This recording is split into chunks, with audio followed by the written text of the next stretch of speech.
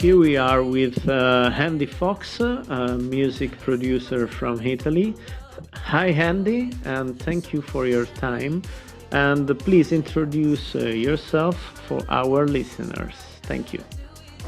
Hi, Steve. Nice to meet you. I'm Andy, and I live in Verona. Or better, I'm not from Verona, the center of the city, but in a small village around the Verona area. And I've been making music since officially 5 or 6 years, but I'm producing stuff since 10 years, more or less. Did you study any musical instrument as a boy?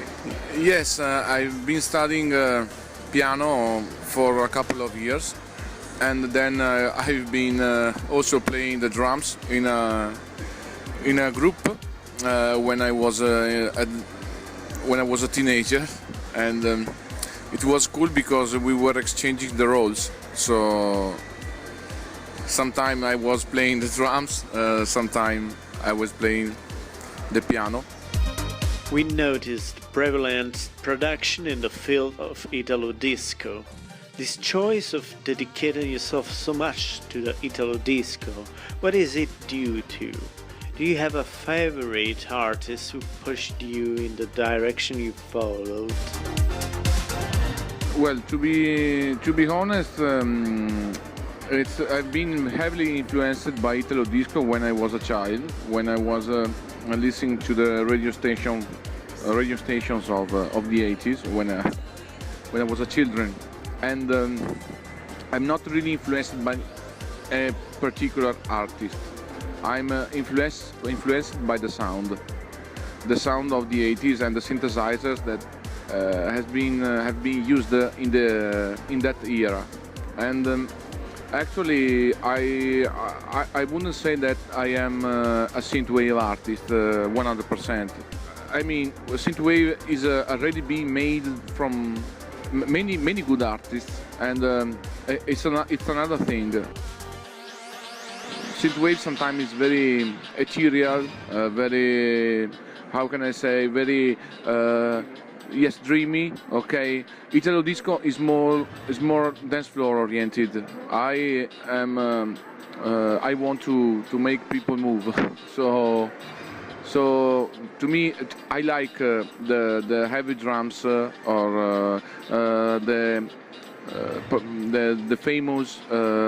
the famous parts used in Italo disco production from the 80s. I like those type of riffs, those type of synthesizer lines that were making people move on the dance floor, because Italo disco was basically an evolution of the disco. And are you more a producer, a DJ, or a stage player?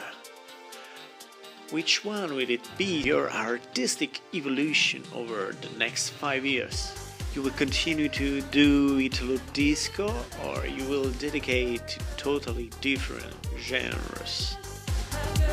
I see myself in a role of a producer in my studio, because I've been DJing for quite some time, and I still DJ sometimes, but yes, to be honest, it depends on the mood. Sometimes I like to stay alone in the studio and produce, and sometimes when I have some ideas, I like to go out and play for the dance floor. Maybe I'm half and a half, I don't know. I wouldn't like to stop, because I'm always producing music every day, basically. So it's not I'm not putting out everything I produce, because it's silly to overflow the people with your music. I try to put out only what sounds cool to me. For the future, I hope yes, to be still here with Sun Lover Records and all the guys. Tell us what kind of instrument do you use, please, to produce music? Well, I'm using both hardware and software synthesizers. So it's a mixture of the two technologies. I think it's the better technology you can have now, because that mixture is the better technology you can have. So basically, I don't have a road that I follow every time. The DAW that I'm using is Logic. Basically, I use Logic with a big recorder, okay, because I have some hardware synthesizers like the Roland D50, okay, that I record in my tracks using the multi-track recording capabilities of Logic. And that's it. Sometimes I use synthesizers like the embedded synthesizers in Logic, and that's it. I don't have a particular VST that I'm using, because when you have a hardware synthesizer, you have almost, I think, 80% of the sound is there. You don't have to EQ or compress it or maybe modify it very well, because if you want to achieve an old sound, basically the synthesizer you have, if it's old, it's already done. And that's to me, it's not about the sound, but it's about the simplicity and the speed of your productions, because nowadays you have to be fast. You have to be fast because the idea is popping in your mind very fast, and then you have to capture the idea and putting the idea in the software must be easy. And to me, Logic, that is an evolution of GarageBand, for example. It's very easy because I know it since some time. And it's not about the tool, because if you are good with the Cubase, for example, you are fast with the Cubase or you are fast with Fruity Loop, it's the same. It's good. Okay. Do you want to tell us and to listeners some advice in order to produce music? Well, some advice is okay. I don't know, to be honest, what maybe the best advice that you can follow is to follow what you have in mind. I mean, don't let you be influenced by what's the mood outside and what is other people playing, for example, or making. You have to make your music and make what it sounds good to you. Obviously, you have to train also your ears, because everything is filtered from your ears. So it depends on not on the tool you are using or the room that where you are producing. For example, if it's well made or not for the frequencies and so on. But it depends on your ear, because everything goes through your ear. So if your ears are trained to understand what is good and what's not, you are safe. So, for example, you can start with the tool you feel more comfortable. For example,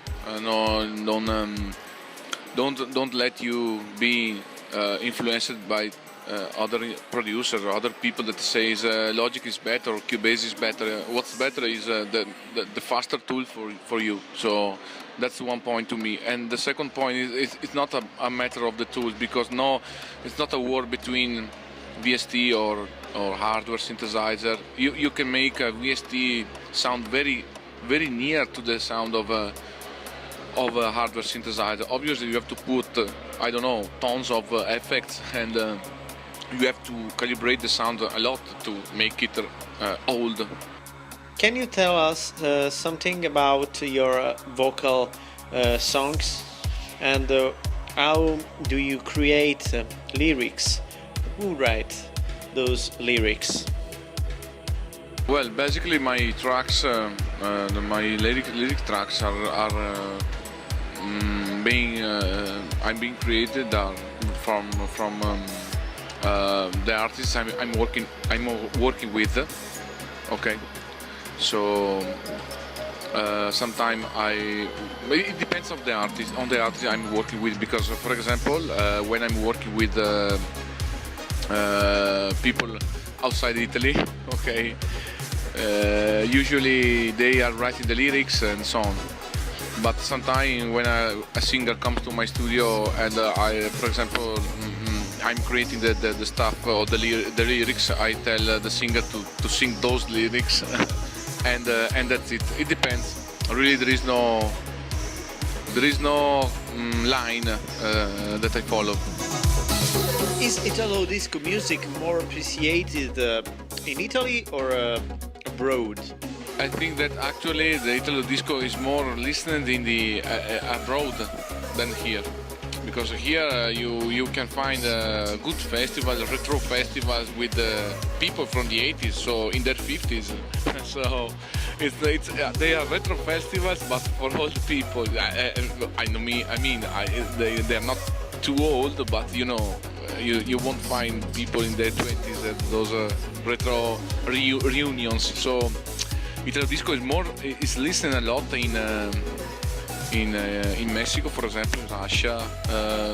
I have a lot of fans in Mexico. I wouldn't say that, but I have. And I found that in Mexico is very well known, the old stuff and the new one. So no, in Italy we made a lot of good music, but nowadays we are living an old dream.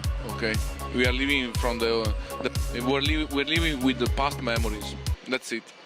So Andy, we thank you for your time and this interview, and thank you for all your tracks, and we hope to hear from you again and new albums. Thank you, Steven, for interviewing me, and I enjoyed the interview so much, and I hope that the Synthwave channel you're managing is going to grow, and many people in Italy will subscribe your channel. Thank you.